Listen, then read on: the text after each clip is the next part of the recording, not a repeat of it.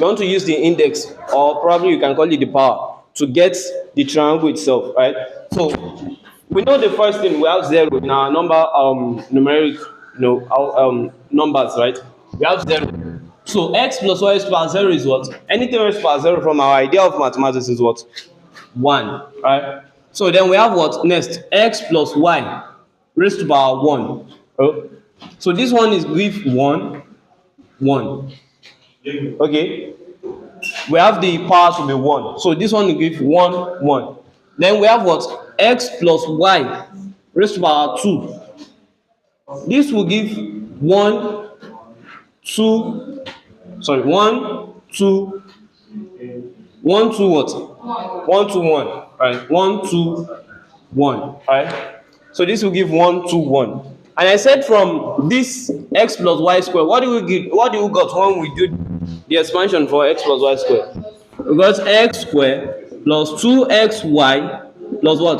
Plus y square. Now look at the coefficient of all this. We have what? 1, 2, and 1. So that's how we are able to come up with what? 1, 2, and 1. Right? So x plus y raised to power 3. That will give what? 1. And also you can do it like this. This is another method, right? So if for here, if you add 1 plus 1, it will give you what? 2. Right? For here, if you add standard, the first one that will start is 1. Always. 1 will always start it, alright? So if you add this and this together, it will give you what? 3.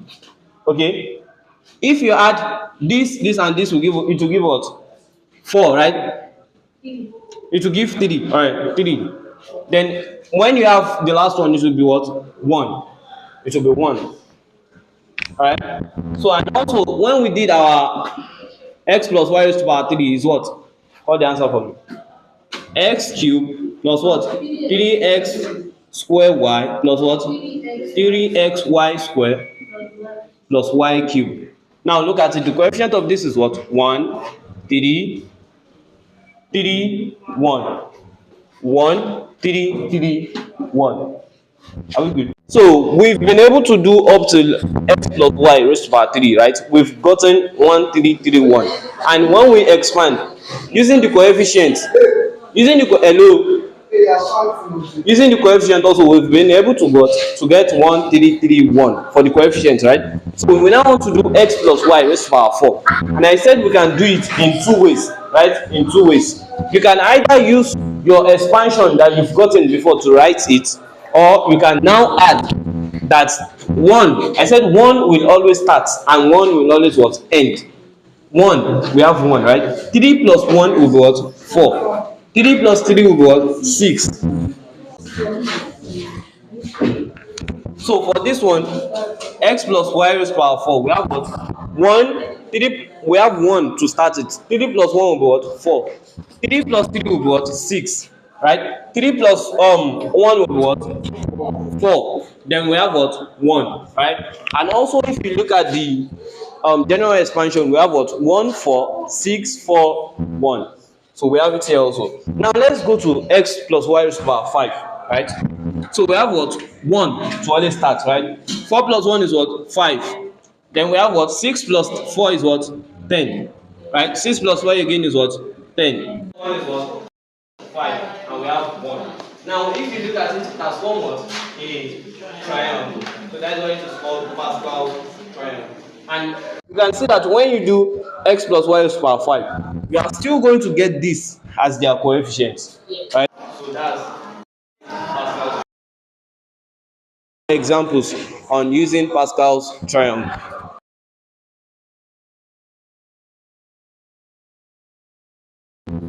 Alright, so let's take example 1 on using Pascal's triangle. Right? We have x plus y raised to power what? Raised to power 2. X plus y raised to power 2. So for this, when you are using Pascal's triangle, you want to have the first power, it will decrease, right, with time. One power will increase, then the second one will what? It will decrease. That's the idea behind it. So if you have something like this, you can have x squared, right? X raised to power 2. Okay. Then if we have x raised to power 2, y will be what? y raised to power 0, y raised to power 0 plus x raised to power what? 1, y raised to power what? 1 plus what? X raised to power 0, y raised to power what? 2. So now if you look at this very well, you can see that for the variable x, when the variable x is increasing, the variable y is what? Decreasing. So that's the idea behind Pascal's triangle. Right? So when you do x square, y raised to power 0 will give what? 1. Anything raised to power 0 is what? 1. Plus what? X raised to power 1, y raised to power 1 is still what? Xy. Plus what? 1 y squared. Alright? So we have what? X squared times 1 is what? X squared. Plus xy plus y squared. Now, the next step is that you should apply Pascal's coefficient. Apply Pascal's coefficient. So what we are saying in applying Pascal's coefficient, since we know the highest power is 2, we can say that the coefficient for this will be what? 1, what? 2, 1. From this place. From this. Alright? 1 to 1. Then, if you are applying Pascal's coefficient to this, it will be what? 1 multiplied by x squared. It will be what? X squared. 2 multiplied by 2xy. 2xy. Then 1 multiplied by y squared will be what? Y squared. So this is the answer. Right? That is advisable to use. Well, it depends on you. I would say that number one, you can use that general expansion for when you have raised to power 2, raised to power 3. But Pascal, use it when you have raised to power 4, 5, something like that. That's it. You can use it for anything, everything. X plus y raised to power. We'll take the example next. So for example 2, I'm using Pascal's triangle. Example 2. So, but do we understand up to this extent? Everyone, do we understand? Are we sure? Please, we are going to still be using all this in later on, the binomial formula. So we have example 2. X plus y raised to power 3. Alright, x plus y raised to power 3. So the first thing, we know that as x decreases, y what? Increases. That will be x raised to power 3, y raised to power what? 0. Plus what? X raised to power 2, y raised to power what? 1. Plus what? X raised to power 1, y raised to power what? 2. Plus what? Y raised to power what? 3. Plus what? Do we have anything else? No. Since we already have the second variable power to be 3, we cannot go any further, right? So from here we can get that x raised to power 3, y raised to power 0 is 1, right? Plus x raised to power 2, y raised to power 1 is still y, right? Plus x raised to power 1 is still x, y raised to power 2, x raised to power 0 is 1, y raised to power 3. So we can have it as x raised to power 3 plus x raised to power 2y plus x y raised to power 2 plus y raised to power 3. So and this will be the final answer up to this extent. So now the next step is to do what? Applying Pascal's coefficient. Apply Pascal's coefficient. So what is the Pascal coefficient for this? Raised to power 3. 1, 3, 3, 1. So we can write that out. 1, 3, 3, 1. So now we can multiply by this. We have what? X raised to power 3 plus 3x raised to power 2y plus what? 3xy raised to power 2 plus y raised to power 3. And this will be our final answer for x plus y raised to power 3. Alright, let's take for x plus y raised to power 4. Then you can do x plus y raised to power 5 yourself.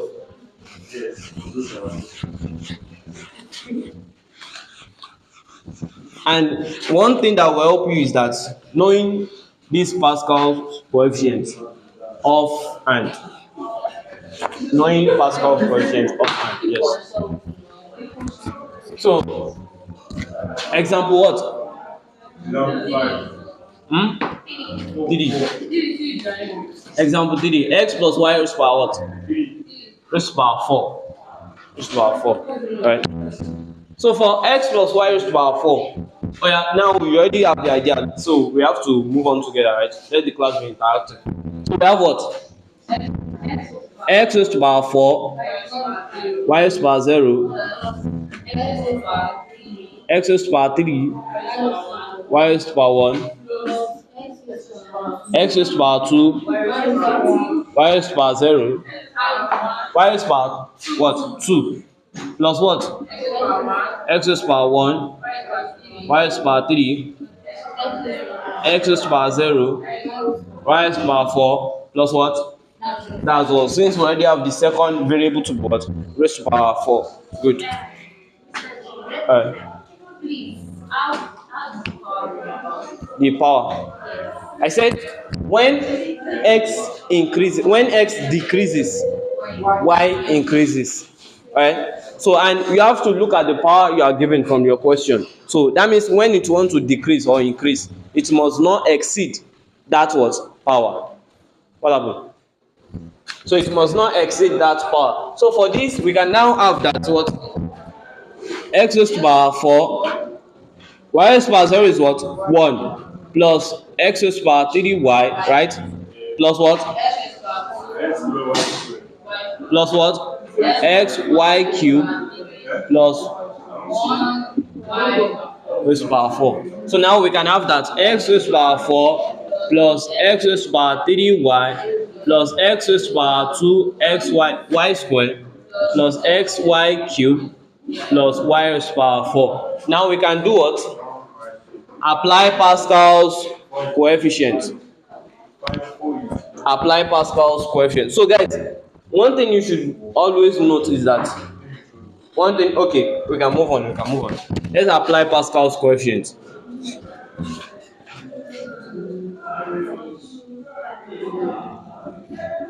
Applying Pascal's coefficient. So, what's the Pascal coefficient for this? 1, 4, 6, 4, 1. You can see 1 times this will be what? X raised to power 4. 4 times this will be what? 4x cube y. 6 times the next one will be what? Y square plus 4xy cube plus y raised to power 4. Can you see that this thing also follow the Pascal triangle? It ends with what? 1. It starts with 1 and ends with what? 1. So that's the idea behind Pascal's triangle. Alright.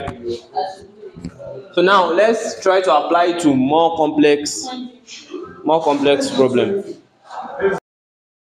So, alright, let me just say this. You know, instead of doing all this, there is one easy short way you can just bring your thing out, right? So you can just bring your thing out. If probably we are doing an objective question, you can easily say that what? Let's use x plus y raised to power 3. Raised to power 3. You can easily say that what? X plus y raised to power 3 is what? What's the Pascal coefficient? 1, what? 3, 3, 1.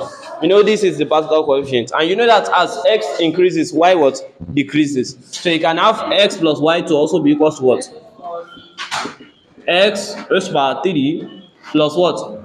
X raised to power 2, y raised to power what? 1.